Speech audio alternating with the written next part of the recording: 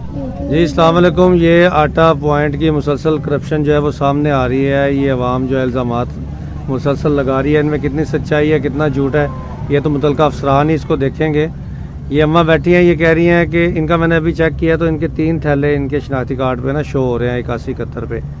ये कह रही हैं मुझे 1 थैला दिया है और बाकी 2 थैले मुझे ये कहा गया कि आपके निकल चुके हैं, आप ले जा चुके हैं, जबकि मैं नहीं। जी अम्मा दसो किवें ये ना आख्या बेचारे निकल गए।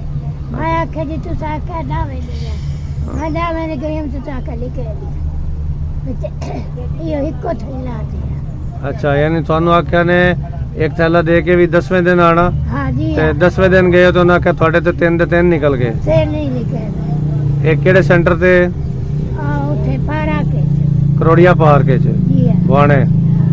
ठीक है जी, ये हुकाम बाला से गुजारिश है कि इसको देखें और इस पे एक्शन लें।